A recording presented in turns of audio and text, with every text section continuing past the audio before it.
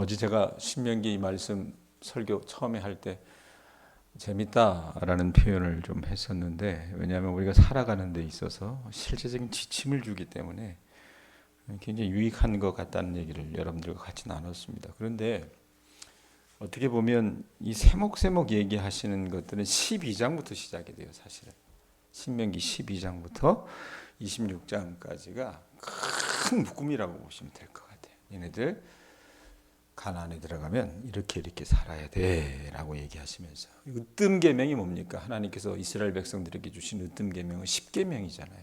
제 일은 뭐 하지 말고 뭐 어쩌고 저쩌고 뭐 이렇게 해서 10계명까지 나가는데, 그 으뜸 계명 안에 선포된 어떤 기본 지침을 삶 속에서 적용하기 위해서 구체적인 법 규정들과 규례들을 상세하게 어떻게 12장부터 이 26장까지 하나님께서 세목세목 전개하시면서 이렇게 가르쳐 주셨다는 얘기입니다.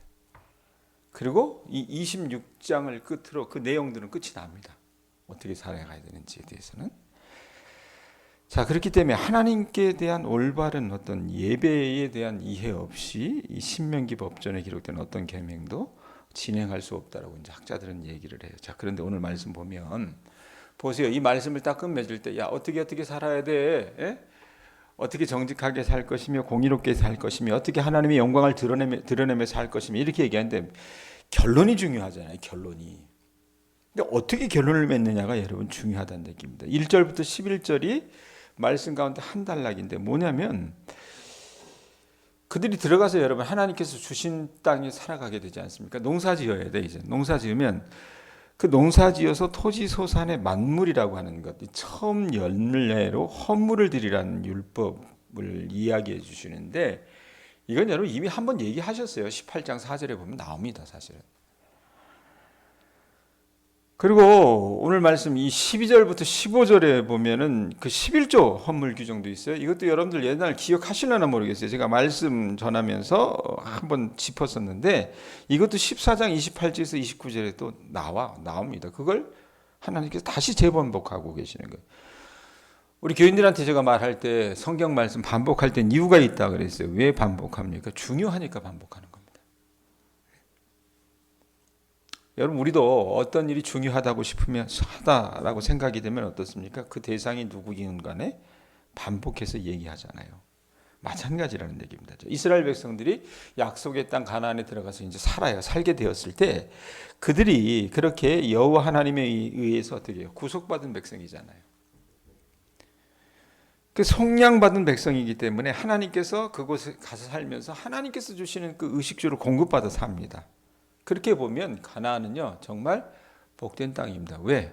모든 것이 다 하나님께서 주신 구원의 선물이라는 겁니다. 자, 그러면 그 많은 혜택을 누리고 사는 사람들은 여러분 어떻게 살아나가야 될 것인가? 구원받은 자의 특징이 무엇인가? 그게 뭐냐면 무엇보다도 자신의 삶 가운데 감사와 순종의 태도를 드러내는 것이라 그 말이에요. 자, 본문 말씀이 그걸 얘기합니다. 1절 보세요. 뭐라고 얘기합니까? 내 하나님 여호와께서 내게 기업으로 주어 차지하게 하실 땅에 내가 들어가서 거기 거주할 때에, 자, 가나안에 들어가서 하나님께서 주시는 그 땅을 그들이 차지하면서 거기에서 살아갈 때 지켜야 할 법을 말씀하세요. 자, 하나님께서 여러분 이스라엘 백성들을 구속해 주시고 그들에게 그 땅 주신다 그랬잖아요. 자, 그럼 농사 짓는 사람들은 여러분 어떤 사람들입니까? 자유민입니다. 이 신명기 법을 비롯해서 모든 율법은요, 자신의 노동으로 경작할 하나님께서 주신 그 땅을 가진 자유농민, 그 대상을 두고 염두하고 써진 글이 이 글이라 그 말이에요. 자, 그런데 12장 5절에 보면 이 12장 5절의 원칙을 따라 이스라엘의 자유농민들은 어떻게 했냐면, 토지의 모든 소산 중에 첫 열매, 만물이라고 그러잖아요. 만물. 언젠가 제가 설교하면서 들은 얘기였잖아요. 아프리카 케냐 가서 설교하는데 불 다 꺼져 있는데 새벽에 설교하라 그래가지고 그냥 어떻게 불도 안 켜져 있고, 그러니까 말씀 봅시다 이러고 설교했는데, 이렇게 둘러다니는데 강대성이 계란이 굴러다녀요. 계란이 몇 개. 이게 뭔가 했더니 만물을 갖다 드리는 거예요. 그 사람들이 자기 닭이 난 그 첫 열매를 하나님 앞에 가져다 헌금으로 드린 거라 그 말입니다. 표현하자면 이런 게 아닐까 싶어요. 그래서 그 모든 소산 중에 첫 열매를 광주리에 담아서 말씀에도 분명히 얘기하지 않습니까? 이스라엘의 하나님 여호와께서 당신의 이름을 두시려고 택하신 성소로 이제 가져가는 거예요. 그 성소의 제사장에게 그 토지 소산의 그 만물을 딱 드립니다. 드리면서 3절에 뭐라고 얘기합니까? 뭐라 그래요? 읽어보세요. 그때에 제사장에게 나아가 그에게 이르기를, 그러면서 어떻게 얘기합니까? 내가 오늘 당신의 하나님 여호와께 아뢰나이다. 누구한테 얘기해요? 사람한테 얘기해요? 하나님 여호와께 아뢰나이다. 그래놓고 뭐라고 얘기해요? 내가 여호와께서 우리에게 주시겠다고 우리 조상들에게 맹세하신 땅에 이르렀나이다 할 것이요. 이렇게 말하래요. 그러면 제사장은 그 사람들이 이렇게 딱 얘기할 때 어떻게 합니까? 처음 농사지어서 가져온 그것을 가지고 광주리를 받아가지고 하나님의 제단 앞에 딱 갖다 놓습니다. 그러면서 그렇게 한 후에 제물을 드리는 사람이 여러분 이제 수레하는 것들이 나와요. 이제 고백하는 것들이 나오는데 창세기에서부터 신명기까지 있는 이 하나님의 구원 역사를 자기 입으로 직접 신앙 고백하고 있는 것이 그 뒤의 내용이라고 보시면 됩니다. 자, 고백의 내용 한번 보세요. 5절 한번 보세요. 5절. 뭐라고 얘기합니까? 너는 또 이래놓고 내 하나님 여호와 앞에 아뢰기를, 자기 조상은 어떤 사람이래요? 방랑하는 아람 사람으로서 애굽에 내려가 거기에서 소수로 거류하였더니 거기에서 크고 강하고 번성한 민족이 되었다라고 얘기합니다. 이 말은 여러분 창세기 28장에서 출애굽기 1장까지의 내용을 그냥 한 문장으로 한 절수로 딱 압축하면 이 말이 돼요. 이 사람들이 이런 사람이었어요. 백권사님. 예? 잘나고 똑똑한 사람들이 아니었다는 얘기입니다. 방랑하는 아람 사람이었는데 기근을 피해서 애굽에 내려갔었을 때 거기에서 그들이 여러분 정주한 것도 아니고 거류했어요. 잠시 머물려고 있었는데 하나님께서 그곳에 그들을 430년 동안 두면서 고나긴 했지만 크고 강하고 번성한 민족으로 만들어 주셨다라고 하는 것을 입으로 고백을 하는 거예요. 그러고 나서 이어지는 말씀이 6절이에요. 6절 보세요. 6절, 7절 어떤 말씀이 있습니까? 뭐라 그래요? 애굽 사람이 우리를 학대하며 우리를 괴롭히며 우리에게 중노동을 시킴으로 우리가 우리 조상의 하나님 여호와께 부르짖었더니 여호와께서 우리 음성을 들으시고 우리의 고통과 신고와 압제를 보셨다라고 얘기합니다. 자, 그곳에 내려가서 하나님께서 강하고 번성한 민족이 되니까 여러분 어떻게 해요? 그들을 압제하는 민족들은 이 사람들이 커지고 수가 많아지기 시작하면 어떻게 합니까? 누르잖아요. 이 애굽 종족들도 마찬가지였다는 얘기입니다. 그래서 애굽인들이 히브리 노예들을 학대한 이야기, 그 이야기가 이제 딱 구술되는 거예요. 그게 어디 나냐면 출애굽기 2장이에요. 2장의 내용을 그냥 한 문장으로 딱 얘기를 한 거예요. 그러고 나서 두 번째 고백했죠. 세 번째 고백을 하는 내용이 어떤 내용이냐면 8절 보세요. 자, 그렇게 그들이 이스라엘 백성들을 학대했어요. 그래서 하나님 앞에 부르짖었더니 하나님이 어떻게 하셨습니까? 8절에 뭐라고 얘기합니까? 여호와께서 강한 손과 편팔과 큰 위엄과 이적과 기사로 우리를 애굽에서 인도하여 내셨습니다. 이 기억은 잊을 수 없는 기억이에요. 이스라엘 백성들이. 자기네들이요. 그 감옥과도 같은 이 노예 생활에서 해방될 수 있을 거라. 여러분 이 사람들 상상도 하지 못했어요. 그런데 어떻게 합니까? 하나님께서 그 이스라엘 백성들의 음성을 들으시고 그들의 고통과 신고와 압제를 보시고 친히 하나님의 강한 손과 편팔과 위엄과 이적과 기사로 그들을 출애굽시켜 주셨다고 말입니다. 자기 간증이 있는 민족이에요. 이스라엘 백성들은. 자, 이게 세 번째 고백이에요. 그 다음에 네 번째 어떤 고백을 하느냐? 9절 보세요. 그렇게 하나님께서 출애굽시키셔서 어떻게 하셨어요? 9절 뭐라고 얘기합니까? 이곳으로 인도하사. 이곳이 어디예요? 가나안 땅이에요. 가나안 땅. 가나안으로 인도하사 이 땅 그래놓고 어떤 땅을 주셨대요? 곧 젖과 꿀이 흐르는 땅을 주셨나이다. 우리가 가나안 땅에 정착할 수 있었습니다. 하나님이 그렇게 해주셨습니다라고 얘기합니다. 여러분, 대표기도하는 분들 우리 교회 참 열심히 준비하시고 이래서 저는 참 감사하고요. 여성들은 왜 근데 대표기도할 때 써서 하는 분들이 많지 않은지 모르겠어요. 근데 우리가 하나님 앞에 기도할 때 여러분 이런 고백들이 담겨 있으면 전 더 좋겠다라는 생각을 좀 합니다. 달라고 하기 이전에 주님이 내 인생의 어떤 역사 가운데 일하셨던 하나님의 그 구원 역사와 행적들을 하나하나 기억하고 회상하면서 하나님 앞에 감사를 올리는 게 은혜 입은 자의 본분인 것 같습니다.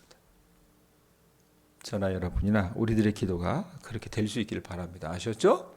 자, 그 모범을 보여주시는 거예요. 자, 그리고 우리가 그렇게 감사한 것은 여러분 어떻게 하나님 감사합니다. 너무 감사해요. 지난 한 주 동안 우리를 지켜주시고 한 해 동안 우리를 지켜주시고 내 인생 80 몇 년 동안 하나님 나를 붙들어 주셔서 감사합니다라고 어떻게 해요? 사탕발림하는 그냥 입발림하는 얘기로 끝나는 것이 아니라 어떻게 해요? 구체적으로 하나님 앞에 토지소산의 만물로 봉헌해 드리는 겁니다. 감사하면 뭐가 있어야 될 거 아니에요. 하나님 앞에 드리는 거예요. 그러니까 나 여기 와서 좀 놀랬던 게 뭐냐면 무슨 교인들이 헌금을 낸다라는 표현을 자꾸 하고 무슨 세금 뜯어가는 것처럼 그렇게 생각을 해요. 단단히 잘못 배우신 겁니다, 여러분.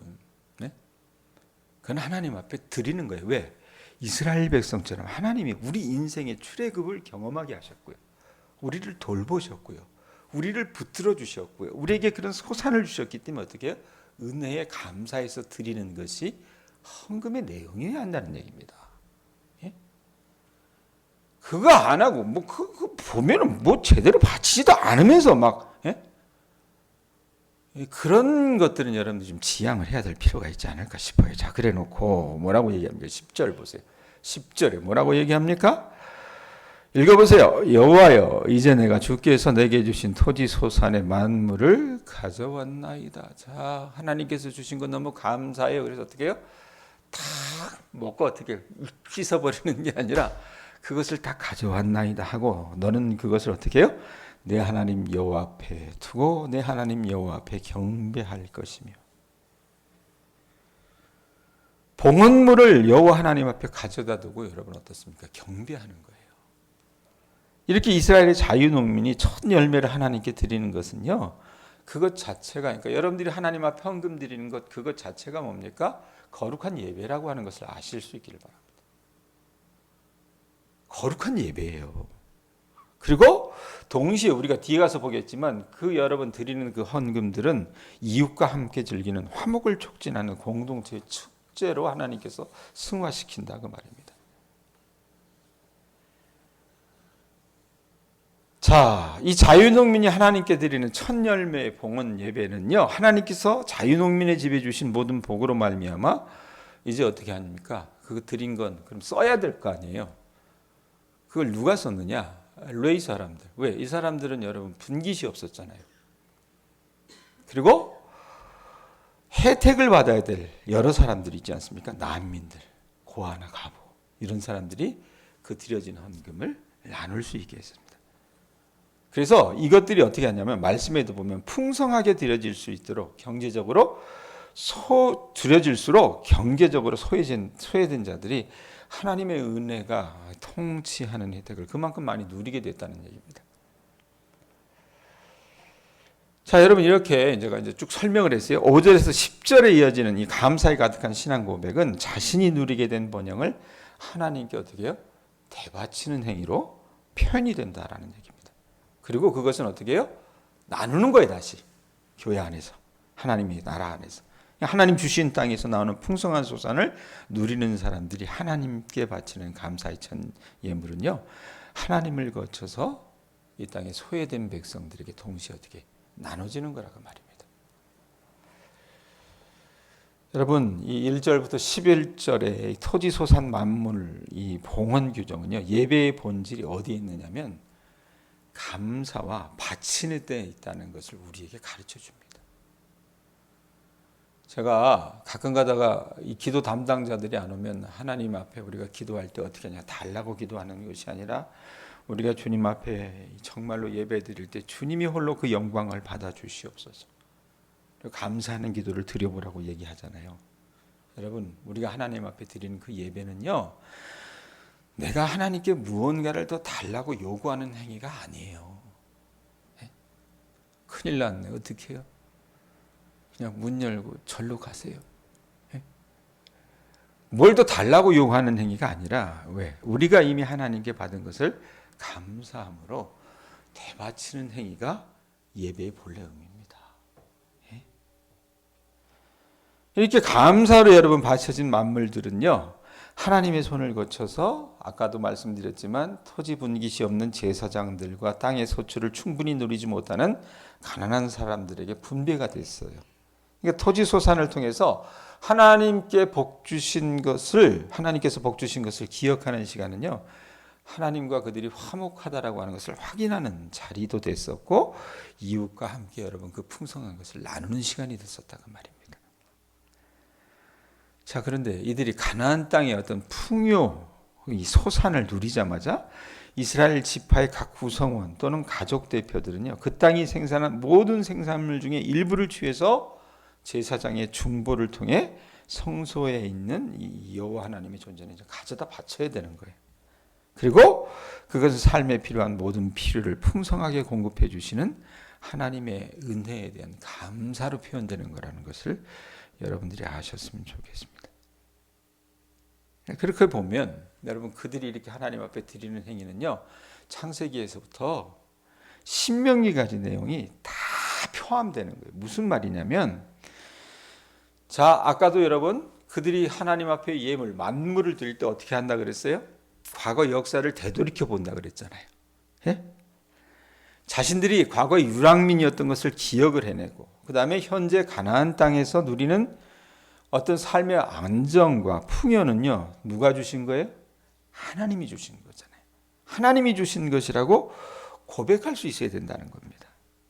그렇기 때문에 이 짧은 신앙 고백 안에는 뭐가 있어요?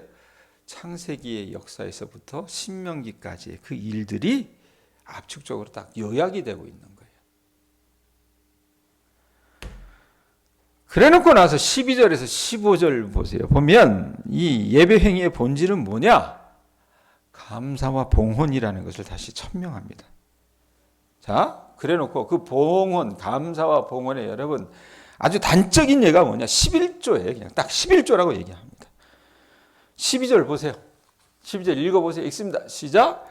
셋째 해, 곧 11조를 드리는 해, 내 모든 소산의 11조 내기를 마친 후에 그것을 레인과 객과 고아와 가부에게 주어 내 성읍 안에서 먹고 뭐하게 하래요? 배부르게 하라. 그 셋째 11조를 드리는 그 해에 이스라엘 자유농민은 자기가 농사 지은 거 있잖아요.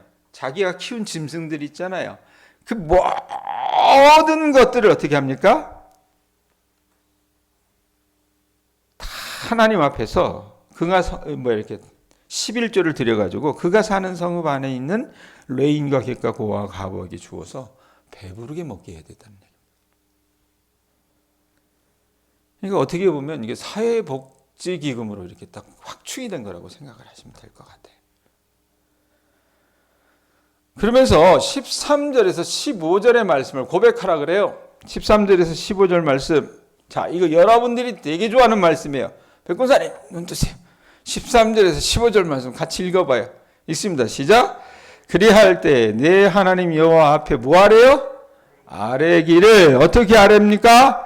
내가 성물을 내 집에서 내어 레인과 객과 고아와 가부에게 주기를 주께서 내게 명령하신 명령대로 하였사오니. 자, 누가 명령했어요? 하나님이 명령하셨다는 얘기입니다. 그걸 어떻게 이 사람은 듣고 행했어요. 그랬더니 뭐라고 얘기합니까? 다 고백을 해요. 내가 주의 명령을 범하지도 아니하였고 잊지도 아니하였나이다. 자, 명령을 범했답니까?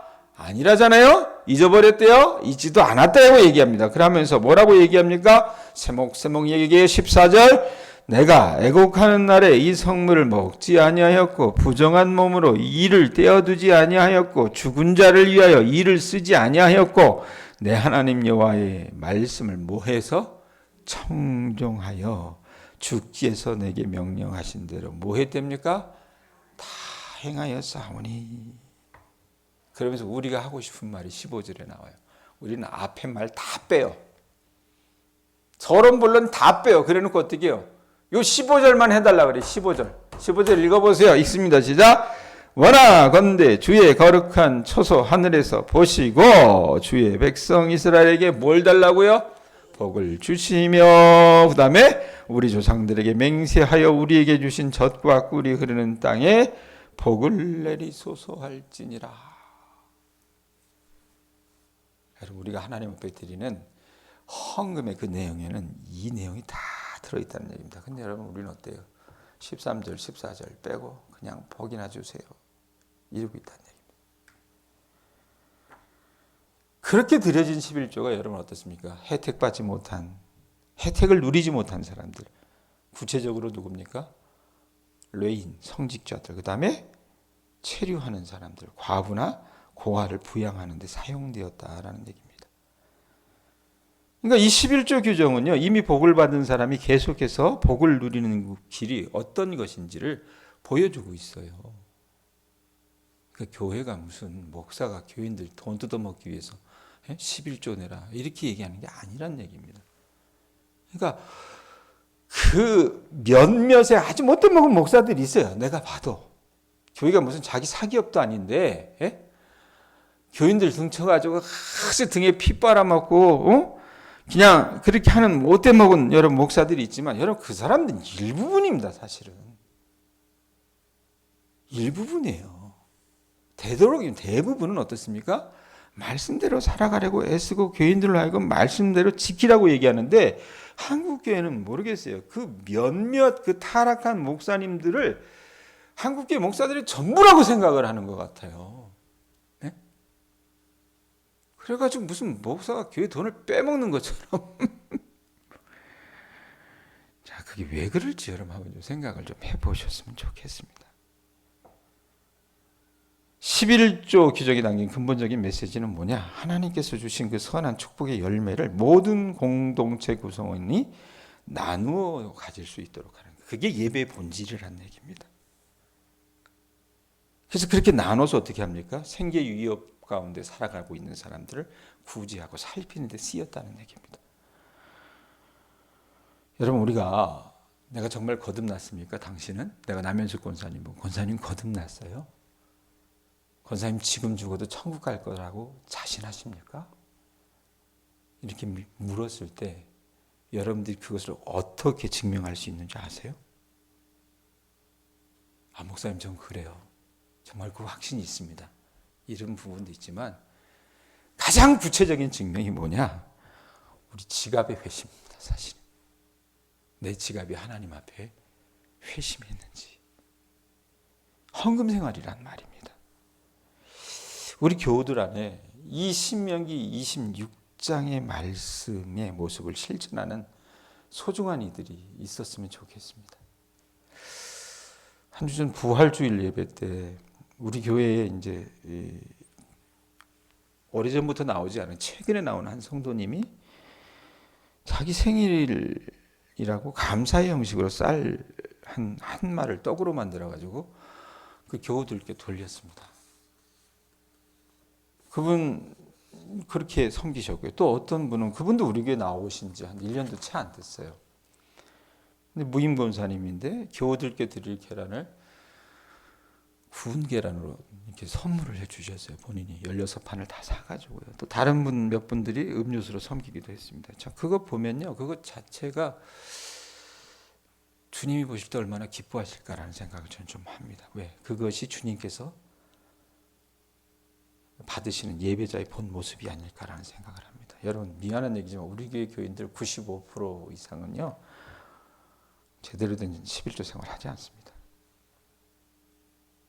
그저 많이 드린다고 하는 사람이라야 자신이 감사헌금 드릴 정도의 금액을 11조로 드립니다. 그러면서도 우리는 어떻습니까? 오늘 15절에 있는 것처럼 복은 받기 원합니다. 예? 그걸 뭐라고 하는지 아세요? 도둑놈 신부라고 합니다. 도둑놈 신부. 여러분 오늘 말씀 15절 뒤에 어떤 말씀이 있습니까? 한번 보세요. 15절 뒤에 보면 우리가 듣고 싶어하는 말씀이 18절 보세요.